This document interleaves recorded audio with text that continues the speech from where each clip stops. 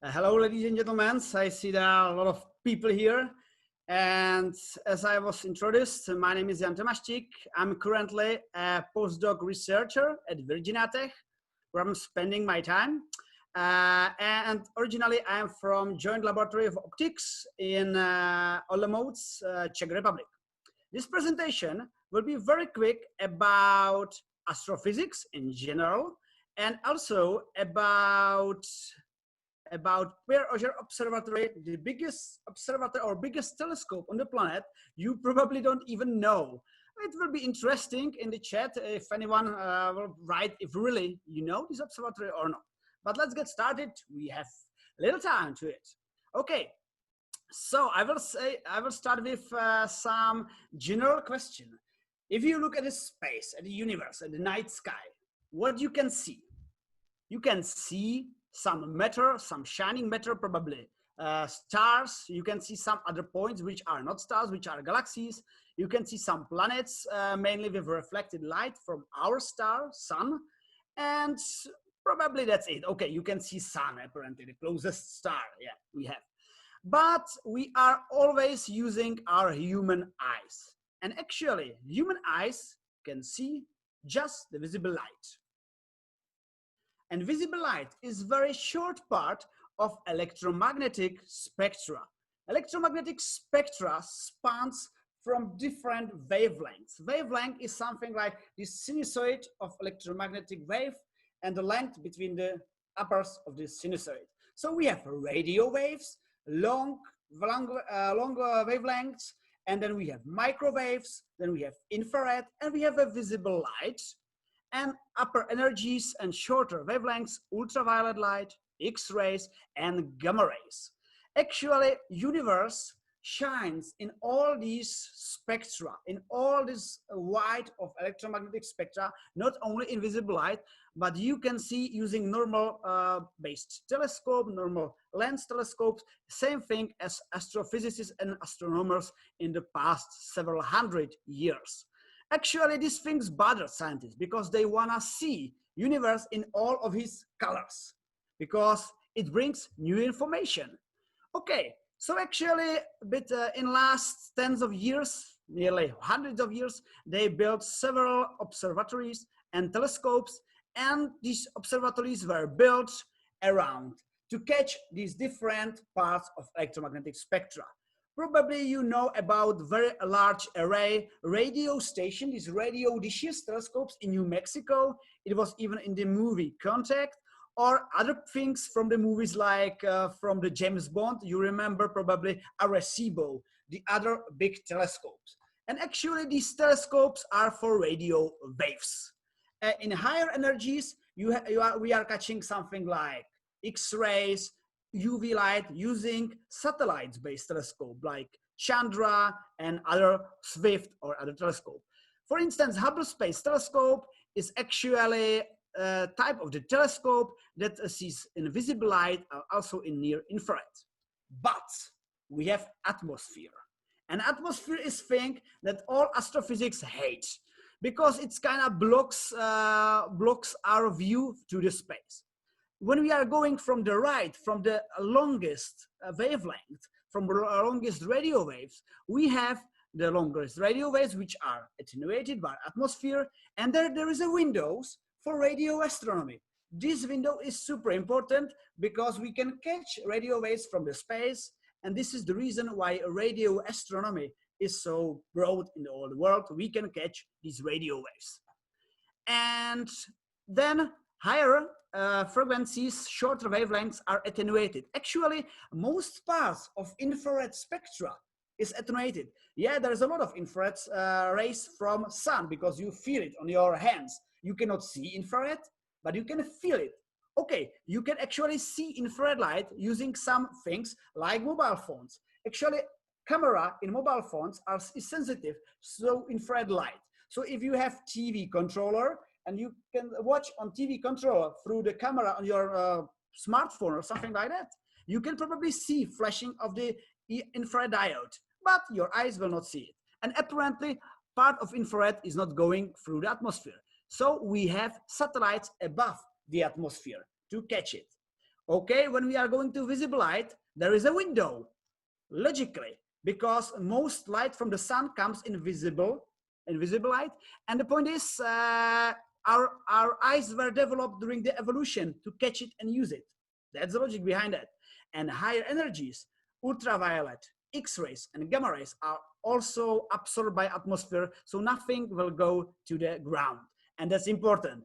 If it will go through, we would be all dead. No life could be on the earth because it's a very dangerous rays. So during the time, our view on the space was different.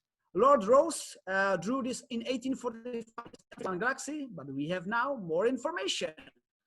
Another information, we have this Orion Nebula very nicely, and you can see in this Orion Nebula picture even information that cannot be visible in our own eyes.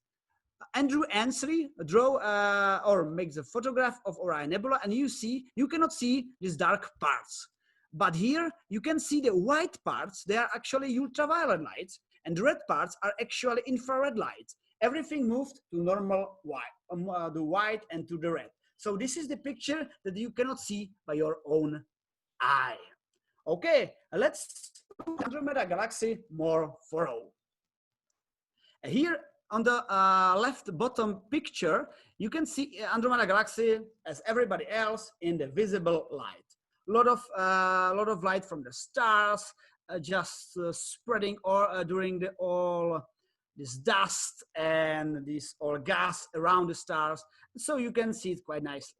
But if we change the wavelength, the energy of electromagnetic spectra, we can look through the radio. Through the radio and through the microwaves, you can see the dust. You can see the quite dust of Andromeda Galaxy, which is around the outskirts of the galaxy. And if we are going to infrared lights, we can see dim light of quite cold stars, relatively cold stars. Okay, let's jump to the highest energies. Ultraviolet light sees the galaxy kind of differently. We see dark parts around the center, and very nicely we see the center. This is the the hottest star with most energy and hot plasma or hot gas around these stars. And in X-ray, we totally lost the view of galaxy. We just see some points, and these points are most energetic pieces: supernovas remnants, pulsars, black holes, jets that are actually ionizing the gas, and so this is fully ionized plasma. Just small pieces, just several pieces in the Andromeda Galaxy. So, okay, electromagnetic spectra can bring new information. This energy generally goes up to 10 powered by 15. I'll later explain these numbers. But electromagnetic light, the photons, are not the only thing that falls from the sky. Other things, you can observe actually the effect of it from northern light or aurora borealis, because actually this is charged particles coming from the sun, hitting our magnetosphere. The magnetic lines catch these particles and they just fall through to the poles, because magnetic lines go into our atmosphere in the poles. So there's interaction with charged particles with the top parts of the atmosphere, and it creates ionization of atmosphere.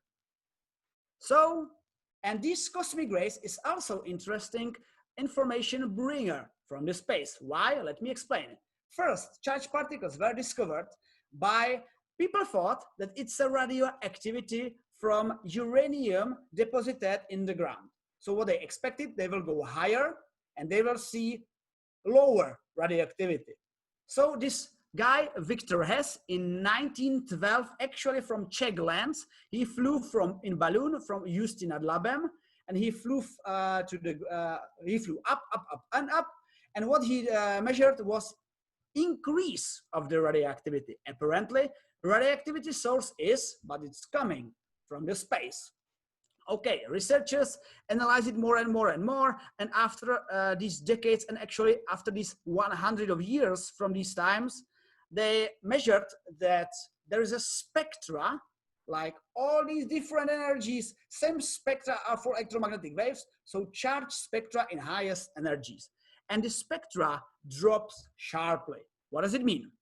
Here on this very important graph from all astrophysicists, you have x-axis, which is energy of particles. And you have energies powered 10 powered by some number, 9, 10, 11, and more. And it's in electron volts. No matter the units, it's just the measurement of energy of particles.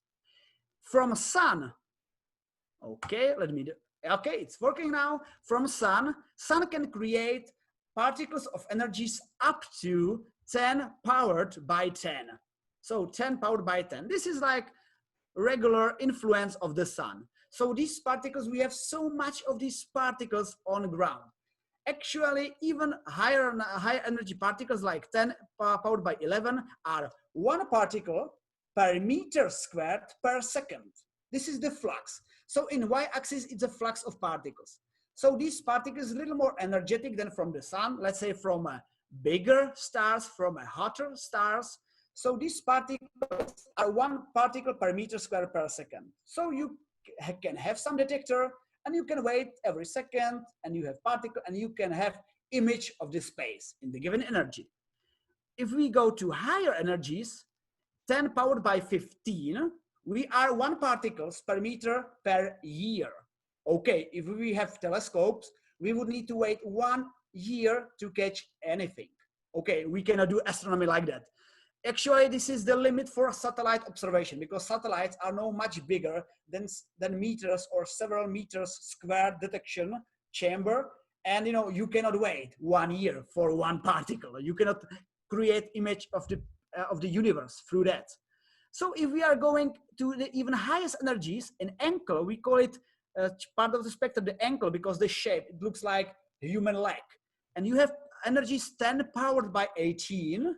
And these energies are actually 1 particle per kilometer squared. So something like a little less than a mile per year. You cannot wait for this. Even with something below mile squared, you need to wait 1 year for 1 particle. You cannot do this astronomy with this. So you have 2 choices. You can either live 1,000 of years and just wait for at least 10 particles and create some image, or you can build gigantic observatory. This is actually what happened in Argentina. This idea came from Nobel Prize physicist James Cronin from University of Chicago and Alan Watson from Leeds University. And they have idea in 1991 at the Dublin Astrophysics Conference, and they thought about super big observation with astonishingly big detection area that catch these particles, that have enough statistics in a given time, in let's say a year or 2 years or 10 years, and this observatory will use two independent techniques. So before I will answer these techniques, let me explain and describe. So the Pierre Auger Observatory is actually built in Argentina, in Mendoza province, which is only Pampa. Actually, back in my picture, in my background, this is a typical Pampa. Flat, narrow plains, hidden next to the Andes. So it's quite dry. There are totally no people, totally no anything. There is just one small city, Malarc, what is the center. And this detector consists of impossible 1,660 surface detector, actually barrels, and measures the area of 1,200 square miles. So something like 3,000 kilometers square. So it's the biggest telescope on the planet, actually. Okay, to compare it with Arecibo, and with the fast Chinese telescope, okay, it's a dish, it's a 1 compact dish, but it's below 1 kilometer square. It's below 1 mile square. This is 1,200 miles square.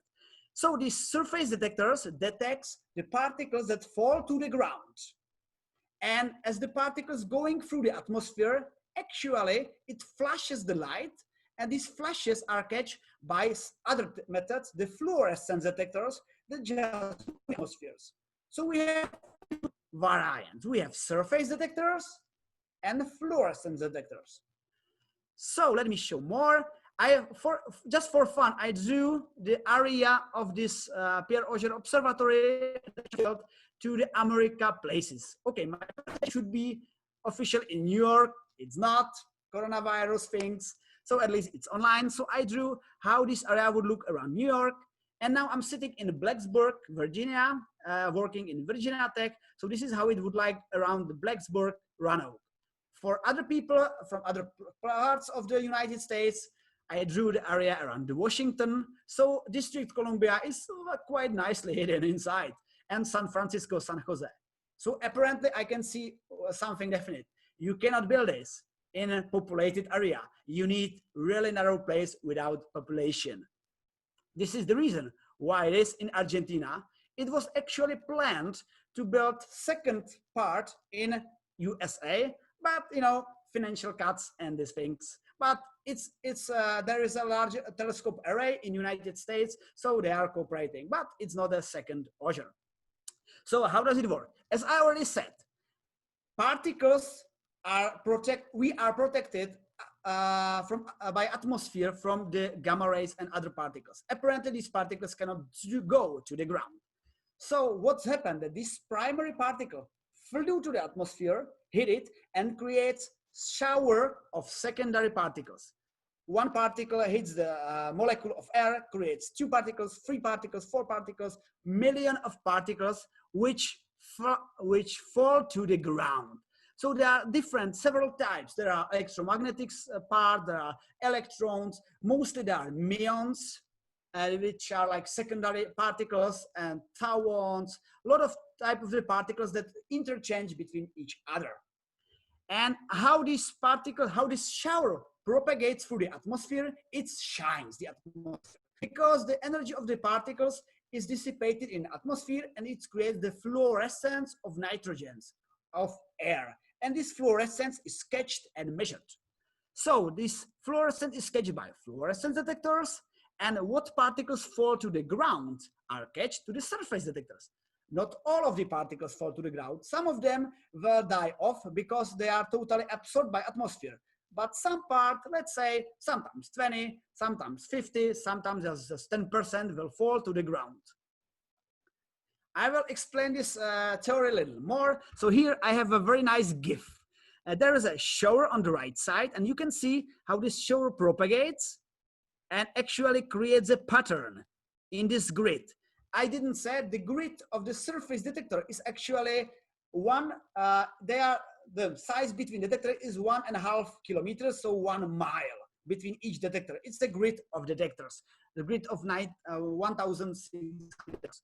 And actually, from this pattern, we can give information, we can take information about these primary particles, because imagine your own shower. You have a shower, spherical, and if you have it perpendicular to the ground, you will create just a nice circle.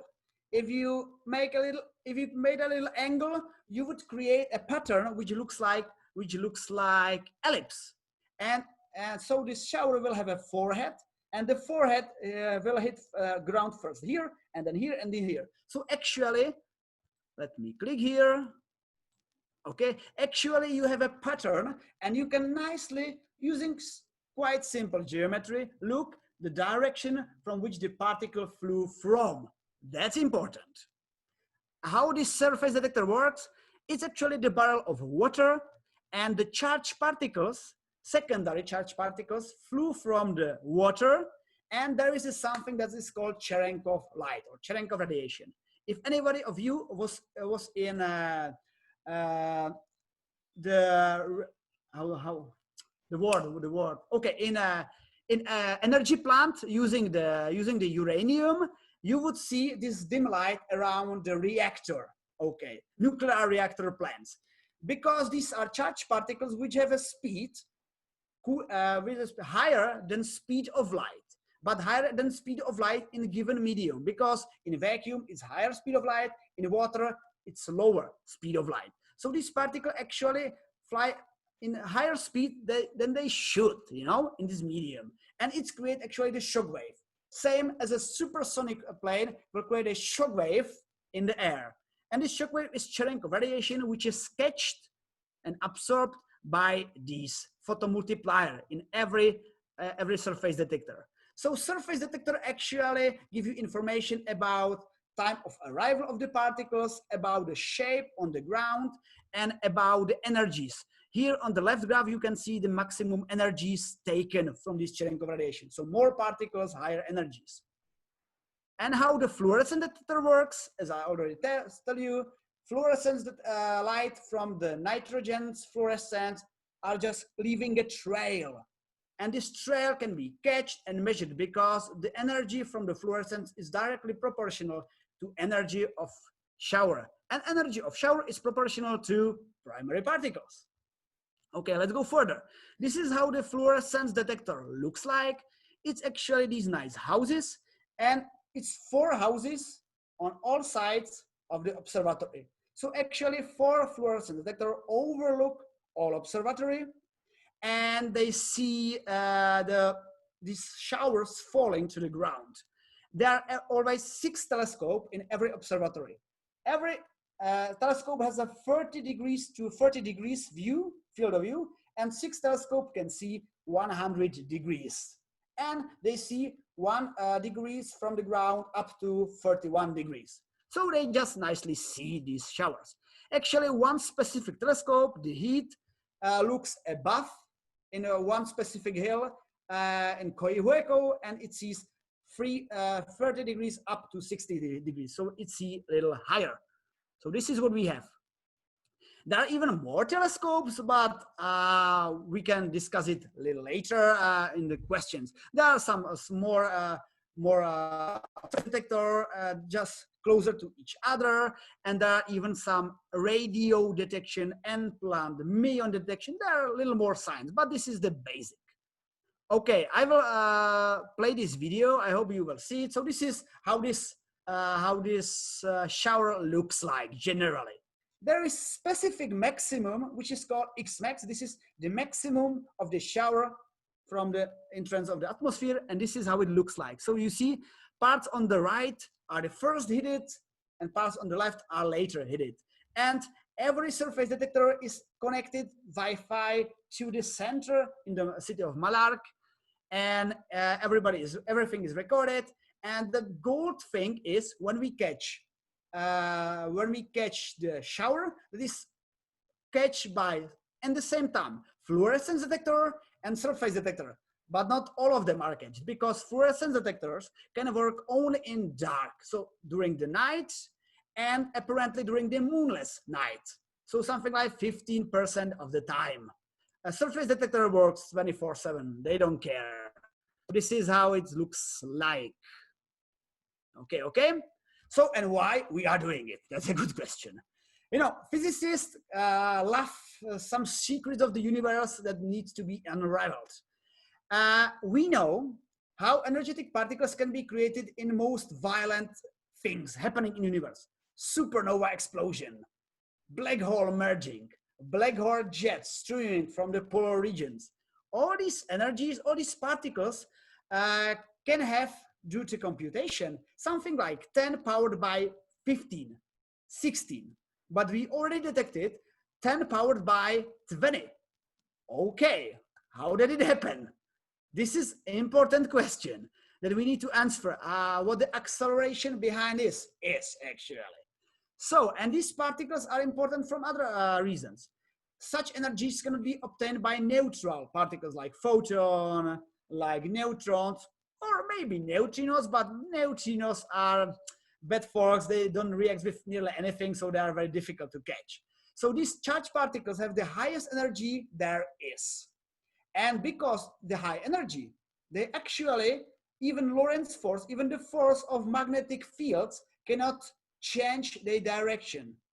So if we see these particles, we probably see their point of origin. Remember like small charged particles from the sun, 10 powered by 15, as I already told you. These particles fly to the Earth, to the equator region, to the United States, but they are all catched by magnetic fields and fall to the polar region. So they definitely doesn't show to the point of origin, because point of origin is sun, and you see northern lights during the night. Yes, but these particles, 10 powered by 18 and more, they definitely show us the direction of the sources. Okay, other things, there is interesting mechanisms, I will explain it later, but we really don't know how they can be created because of such big energies. There are even some exotic scenarios. There are some remnants from the Big Bang, from these super old times, can somehow interact and create these particles. There are theories that some string theories, that some strings can interact and create these particles, but we just literally don't know. So how they are accelerated? What's their source? How the heck they even exist? These are the questions. Results up to now. Okay, this is, as I already showed you, our nice spectra. So we finally measured the end of the spectra. And this spectra, as I told you, it's like a human leg. So you can see knee, and actually the knee is, the slope of the curve is little changing. You can see it here, around 10 powered by 50. Something need to happen there. So probably there is a change of acceleration sources. Maybe these particles until here are from supernovas. Other particles are from active galactic nuclei, anything. And we wanted to see these higher energies. So we have it from Pierre Auger after 10 years of operation. Actually, operation started around 2002, 2004, if I'm not mistaken. So we have like nice bunch of data. Here is separated results. We have surface detector, some perpendicular, bigger than 60 degrees, some more like inclined showers, some perpendicular showers, something which is catch only by and some hybrid, which are most important. If we can do it together, so we have this end of the spectra, energies 10 powered by 18 and 19s.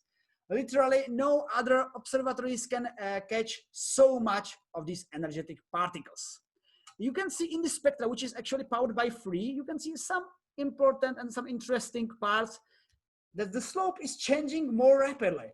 Okay, so apparently something happens here. So again, different change of production, and there is even probably around, it's expected around 10 powered by 18. There is attenuation from our galaxy, and these particles must be from different galaxies. Again, the acceleration from the particles, because they are superenergetic, they are not bent by electromagnetic fields, but if you wanna kinda accelerate it, you need to bend it. So these particles had to be bent in some big places, and galaxy is not big enough and doesn't have enough big magnetic fields to do it. So these particles must be extragalactic.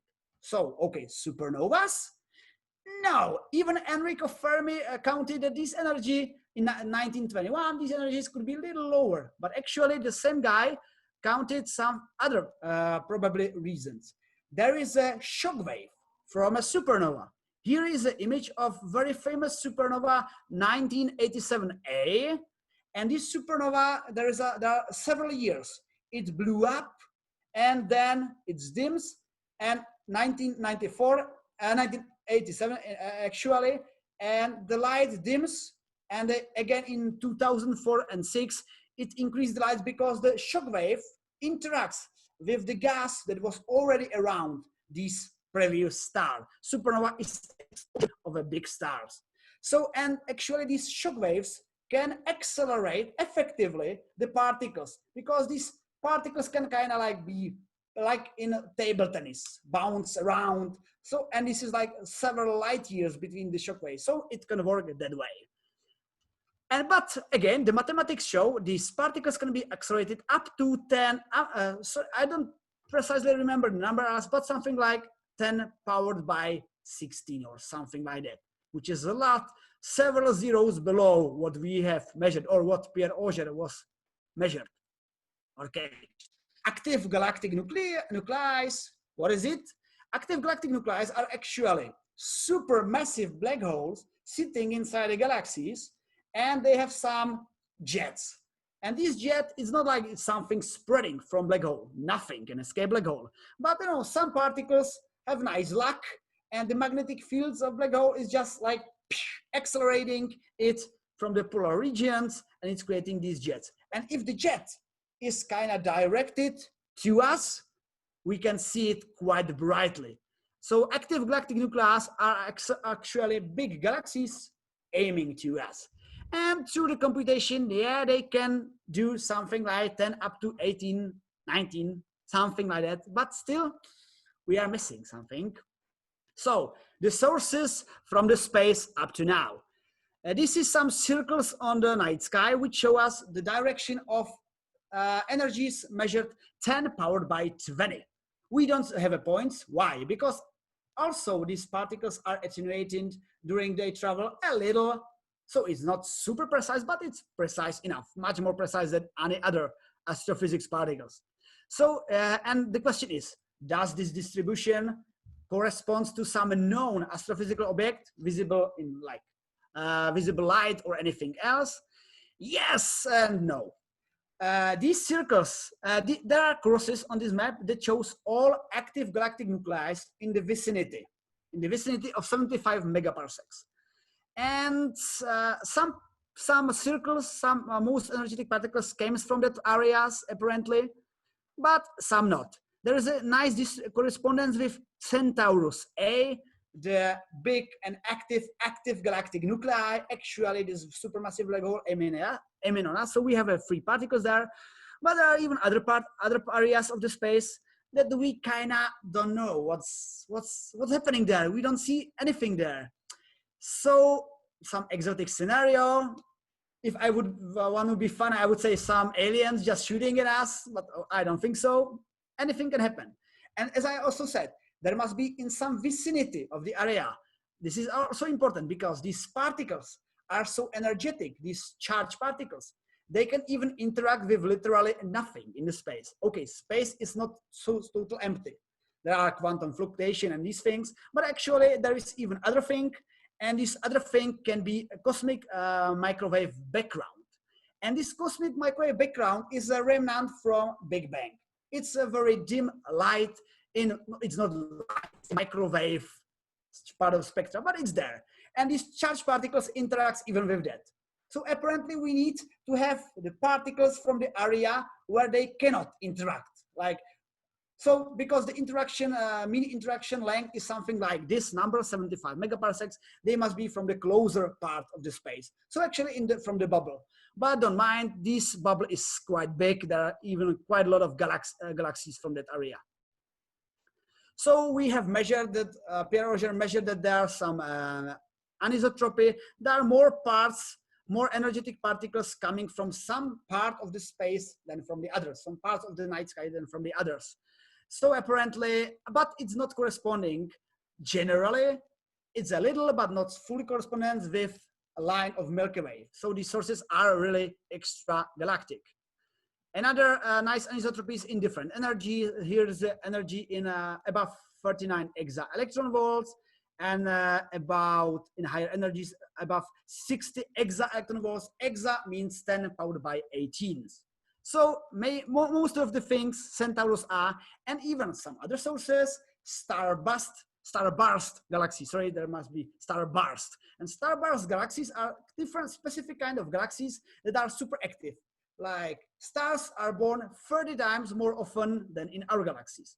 Even our galaxy will be in future starburst because it will merge with Andromeda galaxy, and it will be quite wild in several billion of years. Okay, until now I spoke about energy, but I didn't spoke about what's the particles. It can be protons, but mostly they are heavy nuclei, and that's bad. So nature is actually throwing sticks on us because heavy nuclei are easier to accelerate, but easier to curve. So they are not showing to a specific part of the space so precisely as the protons would do. But you know, so in the highest energies, it's actually probably iron nuclei. So And this was the most part of the results. We don't have so much more time on this, but let me show the Czech involvement, because this presentation is for Czech Center and there's a big Czech involvement. Actually, more than half of the mirrors was produced in Czech Republic, actually in my own joint laboratory of optics in small city of Olomouc, which is something like 100,000 people lives there. There is a university. And these scopes are, as these mirrors are placed on 2 telescopes from the 4. Okay, so it looks like this is in inner side of the telescopes. There are 6 telescopes. Every telescope consists from 60 mirrors. As you can see, this is how it looks like. It's from the astronomical point of view, it's Schmidt chamber with correction ring. And this is how it looks like. So our mirrors have a curvature of 3,400 millimeters, so 3 meters curvature. And the glass is very super polished. It's 1,000 more polished than the mirror in your probably bathroom, because we need 90% of reflection. So how the mirrors are produced? So here you can see the glass, which is cutted, which is grinded in this super modern machine, but we have a new one. It's polished a little more. Then it's deposited in small or big chamber we bought for this purpose in Olomouc, and we have a nice mirrors. Okay, this is not nice mirrors, this is a bad mirror. But we analyze if the mirror is good and bad, and if it's bad, it's just scrap out. And to the Argentina, we just send nice mirrors. We measure the reflectivity. The reflectivity needs to be bigger than 90% in the given wavelength, which is from fluorescence light of the air. We measure the roughness, which is about nanometers. So it's very, very fancy, very smooth, because you don't need scatter from the surface. In your mirror in bathroom, you generally see 70% of light. This is reflecting more than 90%. And my own work is connected to analyzing of coating itself. My work is that I'm a material physicist and I analyze coatings. I actually measured some coatings even from Auger, but mainly what I'm measuring now is the coatings, because these mirrors have reflectivity on the top, and these are reflective aluminum coatings, and they need to survive something. So, and even if these telescopes, our telescopes are hidden in the house, well protected, there are other observatories, other planned observatories like CTA, Cherenkov Telescope Array, and it will have telescopes on the open. So there will be raining, birds, there will be sandstorms probably. So these coatings need to be kind of rough. They need to survive it. So what I'm doing, I'm testing using diamond scratch tester and diamond nano indenter, strength of the coating, elastic modulus of the coating, and mainly the adhesion to the substrate. So that was actually the end of my presentation. At the end, I will check your question, but at the end, I would like to show you some of my personal and other pictures, because like 1 year before, I had so much luck that I finally saw the Pierre Auger Observatory on my own eyes. Nice pictures. This is actually the center CIDAS, which is taking all the data, and we as a people during the nights are sitting and analyzing and checking if everything works fine. Because there's so much automatism in that, but not so much. This is me drinking chai mate, specific Argentinian tea, which was nice, but at the end, I started to hate it a little because it's so strong, so specific taste. And actually, this is a view from my computer screen there, because we are checking if the detectors of FDs are nice and they are just catching the darkness and the showers. Because if there would be light or like thunders or anything happening, or moon, it would be totally saturated. This is a simulated saturation during the day, so we need to check it. So this is typical view of a pampa. Here there's a fluorescence detector, and this is the installation of fluorescence detectors, mirrors. This is Stan Damichal, my friend, who measured the reflectivity last year, because these mirrors kind of lose their reflectivity due to little dust and other things, so it must be measured. if we have a time, we can go hiking like in 1 day or 2 during all 1 month of the stay. So, there's Andes, so they are much beautiful. It's very nice area there, like Los Pincheras. You can study geology of all planet in there. Quite dangerous. And there is a small photo of my friend staying there. I was so afraid to go there. Definitely not go there. And every Czech scientist needs a beer when relaxing. And everybody who make pictures of night sky knows that northern sky is much more, southern sky is much more beautiful than northern sky, because you can see large and small Magellanic clouds. So we make this nice picture using our camera. It was very cold in there, but we just made it. And this is picture from 30 connected photos there. Yeah, but it's not like, you needed like 30 seconds to catch this. And in this last image from my presentation, big apologies to everybody who is vegetarian or vegans, but I cannot help myself. When you are in Argentina, you need to have Argentinian steak, because Argentinian steaks are something like that. So every third day, in our hotel, we just make there is even a specific Argentina word I forgot, but we just prepare the meats there and we ate every 3 days, because it's a super cheap down there. The meat is cheap, as same as tomatoes, as I realized when I bought it. So steaks are saying hi to you, and this was end of my presentation. Thank you for your attention, and now I will check some of your questions. We have, let's say, I'm checking, we have like 10 minutes or so. So I will try to answer some of your questions here. Webinar. Okay, this webinar is recorded, definitely. And other things, if you have a Twitch account, actually there is a Twitch account which is called Vedator underline CZ, Vedator, like my nickname, Vedator underline CZ. And you can see this record there. And actually after presentation, a little later in 1 hour or so, I will be there prepared for more question if you have it there. Okay, yes, it will be available. Do you know what's improvement plans? Okay, improvement of the instruments. There is a most question of the muonic part. Most of the secondary particles are muons. Muons are super propagating particles, energetic particles, but secondary particles, and they die off in microseconds. But in the given speed, they fly something like 689 meters. So they are nicely detected. And we need to know the amount of the muons, because it's sometimes in surface detectors is difficult to recognize.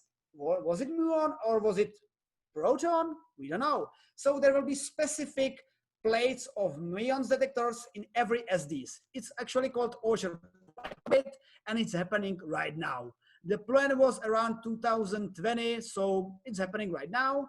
There is also the radio, AERA, and AERA is catching electromagnetic energies, because every shower creates electromagnetic spectra, so it will be also employed everywhere.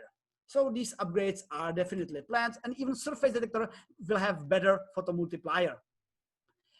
Neutrino detectors, perfect question, thank you for it. Neutrino, it's kind of difficult bunch to catch. IceCube, biggest neutrino observatory, has a 1 kilometer squared if I'm not mistaken, in Antarctica ice and catching the lights from neutrinos. Pierre Auger actually also can analyze the neutrino fluxes, but it's quite difficult. Neutrinos not interact with atmosphere, so they just ignore atmosphere. It's thousands and millions, it's something like 1,000 neutrinos from you every second, and you don't even notice. And 1 neutrino interacts your life. So you need some heavy mass. So actually, what is expected that if you have a ground, as you see behind me, some neutrinos go from the ground through all mass of our planet, and if we have luck, and there are a lot of neutrinos, some they are called Earth skimming neutrinos. They come through our planet and just interacts close to the detectors and creates the shower, which is going actually from the below to the top. And these neutrinos can be also detected. It's Pierre Auger is not a specific neutrino detector, but it can detect these neutrinos. And the fluxes of the neutrinos are quite very slow, very low. They're just low fluxes of neutrinos. Okay, I'm checking the time. We have 7:50. Let's say one or two more questions. More questions online, more presentation online. Yeah, definitely. I can make some presentation online. Definitely, it will be presentation in Vedator in our Facebook page. Something in like 1 week or more in Czech language, and I plan to ask some of more friends that will have a presentation about different topics. Neutrino detectors. What determined the 1.5 kilometer distance between the detectors? Actually, the size of the pattern. Very good questions. Because these energetic particles can create a pattern which spans the area of 25 kilometers squares. So, you know, several points of several surface detectors are caged. So, you know, we don't need kind of more connected detectors because these energetic particles create enough a pattern big enough to catch it. So this is the reason. I know, and even 1,600 is well enough. It costs a lot of money to build it. But we have, there's even a specific small part. They are called SD 750. And it's like, I don't know, like 700 or something, like SD detectors around one hill on the northwest side of Observatory. So, and these surface detectors catch particles of lower energy. So we are catching even lower energies around 10 powered by 17s up to 10 powered by 18s. So let's say one last question. How the perfect question about the weather, last question. Weather actually can affect the observatory. One of the reasons why this observatory was built there is nice weather. There are not so many, storms. Weather is quite nice. This is one of the reasons. Actually, this surface, these secondary waves, this shower can fly through the clouds. No matter, this is not a problem. But if you have a rain, if you have thunders, you don't want to open a fluorescent detector because these flashes would destroy your optics. So it's better to be in this area. In America, it was planned around the Texas area. But the Cherenkov telescope array, the future telescopes will be built in this area with lower precipitation. So, ladies and gentlemen, once again, I'm very thankful that you were here and you were listening to this presentation. Thank you. And I'm just saying hi to you and read everything from space and whatever Czech New York Center have prepared for you in future programs.